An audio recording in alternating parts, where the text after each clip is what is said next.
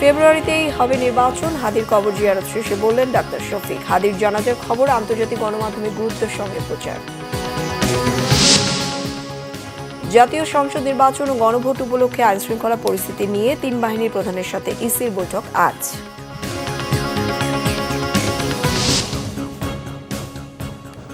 গ্রাম cement সংবাদ শিরোনাম দেখছিলেন। এবার বিস্তারিত। নির্বাচন ফেব্রুয়ারিতে হবে বলে দৃঢ় আশাবাদী জামায়াত ইসলামী এবং সব ধরনের সহযোগিতা করা হবে বলে জানিয়েছেন দলটির আমির ডাক্তার শফিকুর রহমান। হাদিকে ষড়যন্ত্র করে সরিয়ে দেওয়া হয়েছে, বিপ্লবীদের খুন করে চেতনা দমানো যায় না বলে মন্তব্য জামায়াতের আমিরের। আজ সকালে শহীদ ওসমান হাদির কবর জিয়ারত শেষে তিনি কথা বলেন। জামায়াত ইসলামের আমির বলেন, ওসমান হাদির খুনিদেরকে ধরতে সরকার যা করেছে তাতে সন্তুষ্ট নয়। খুনিদের গ্রেফতার করতে সরকার যেন কার্যকর পদক্ষেপ নেয় সেই আশা করেন তিনি।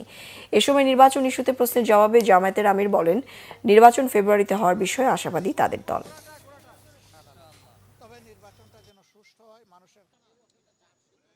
সেই ব্যাপারে আমরা দৃঢ় আশাবাদী এবং এই লক্ষ্যে আমাদের পক্ষ থেকে সঙ্গত সকল ধরনের সহযোগিতা আমরা করে যাব ইনশাআল্লাহ। এবং আমরা আশা করি যে এই নির্বাচন ফেব্রুয়ারিতেই হবে ইনশাআল্লাহ তাআলা। তবে নির্বাচনটা যেন সুষ্ঠু হয়, মানুষের কাছে গ্রহণযোগ্য হয়, জনমতের প্রতিফলন ঘটে এবং এখানে যেন অন্য কিছু কেউ চিন্তা না করে।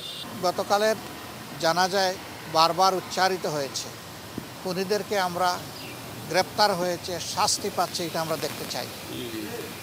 সরকার এ পর্যন্ত যা করেছেন তাতে জনগণ মোটেই সন্তুষ্ট না। জনগণের দাবি আশা করি প্রধান উপদেষ্টা সহ উপদেষ্টা মণ্ডলী সেখানে উপস্থিত ছিলেন, তারা জনগণের পালস বুঝতে পেরেছেন।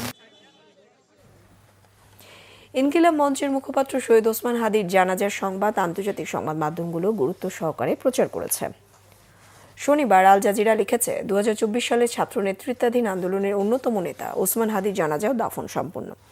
বার্তা সংস্থা রয়টার্স লিখেছে, বাংলাদেশের অন্তর্বর্তী সরকার প্রধান উপদেষ্টা ডক্টর মোহাম্মদ ইউনূস সহ লাখো মানুষ প্রয়াত যুবনেতা ওসমান হাদির জানাজায় অংশ নিয়েছে। পাকিস্তানের প্রভাবশালী সংবাদ মাধ্যম দ্য ডনের শিরোনাম ছিল, বাংলাদেশের রাষ্ট্রীয় ব্যবস্থাপনায় কঠোর নিরাপত্তার মধ্যে নিহত যুব নেতার জানাজা অনুষ্ঠিত। হাদির রক্ত বৃথা যেতে দেবে না, জানাজায় অংশ নেওয়া লাখো জনতা। এই শিরোনামে প্রতিবেদন প্রকাশ করেছে ভারতের প্রভাবশালী সংবাদ মাধ্যম এনডিটিভি।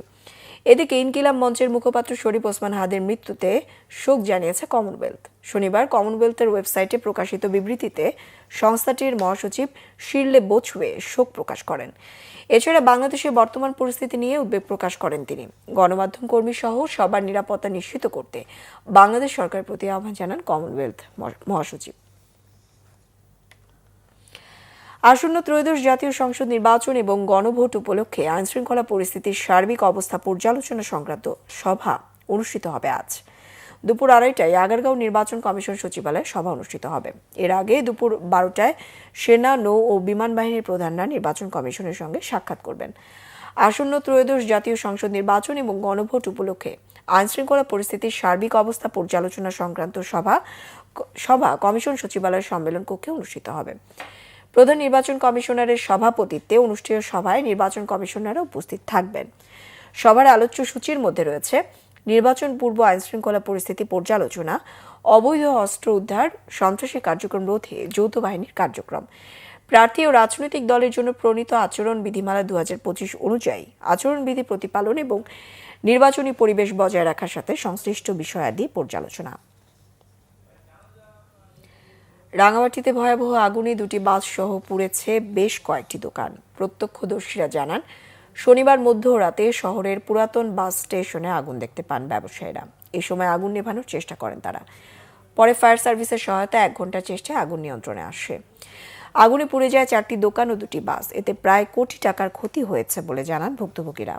ফার্নিচারের দোকান থেকে আগুনের সূত্রপাত হয় বলে জানান তারা।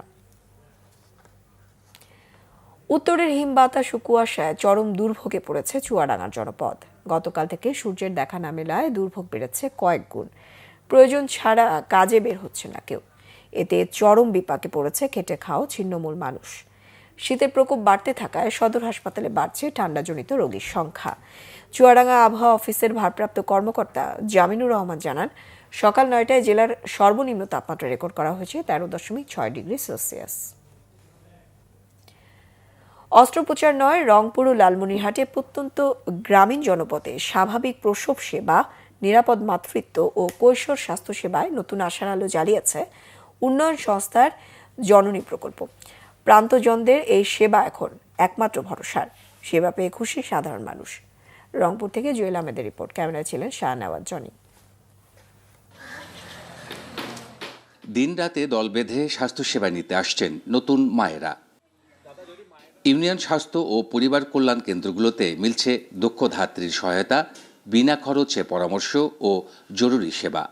একজন মা যখন আসে আমাদের কাছে তখন আমরা চেষ্টা করি যে কমপক্ষে 4টা সেবা দেওয়ার জন্য, এবং নিরাপদ প্রসব দেওয়ার জন্য চেষ্টা করি। আর আমাদের প্রতি মাসে এখানে 20 থেকে 25টা নিরাপদ সেবা হয়।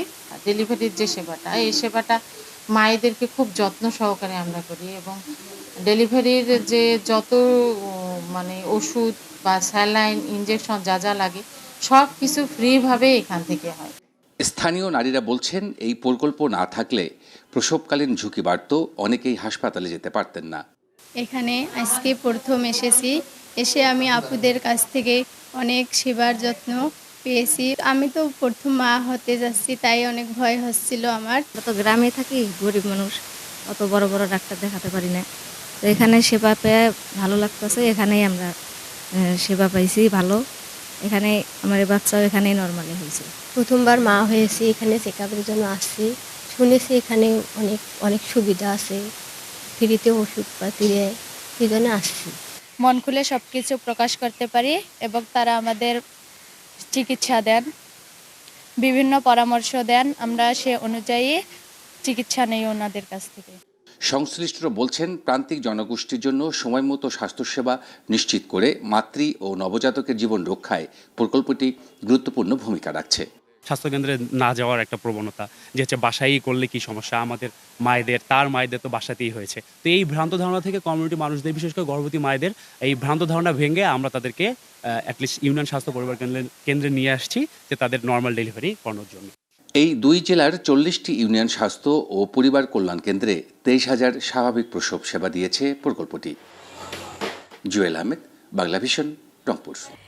এই ছিল এখনকার মতো। পরের সংবাদ সকাল 11টায় দেখার আমন্ত্রণ রইল। এছাড়া বাংলা ভিশন সংবাদ ও সংবাদ সংশ্লিষ্ট অনুষ্ঠান দেখতে ভিজিট করুন www.bbnews24.com ও facebook.com/banglavisionnews। সাবস্ক্রাইব করুন youtube.com/banglavisionnews। সঙ্গে থাকায় ধন্যবাদ সবাইকে।